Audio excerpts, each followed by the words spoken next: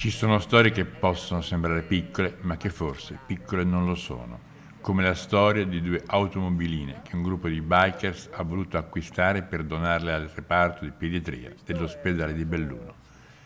Una piccola storia raccontata da 4 punti di vista diversi, a cominciare da quello che l'ha resa possibile. Bikes da parte dei bambini, la parola è quella giusta.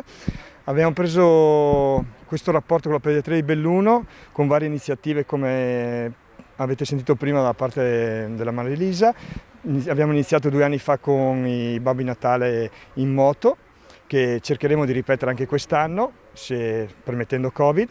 E poi abbiamo iniziato con questa iniziativa delle macchine elettriche per lo spostamento dei bambini all'interno dell'ospedale, che è stata un'iniziativa bellissima che l'abbiamo subito sentita a pelle e l'abbiamo realizzata. Avere queste attenzioni nei confronti del bambino è un segno di grande umanità e questa cosa a me fa molto molto piacere. Penso sia un'iniziativa encomiabile, quella dei bikers harleisti bellunesi, che ha voluto donare queste 2 macchinine elettriche al reparto di pediatria di Belluno per garantire un trasporto dei piccoli pazienti in maniera meno traumatica, ecco, diciamo così. Lo stress dovuto allo spostamento piuttosto che all'ambiente nuovo è sempre un evento che un po' coinvolge la pediatria, i bambini, i genitori.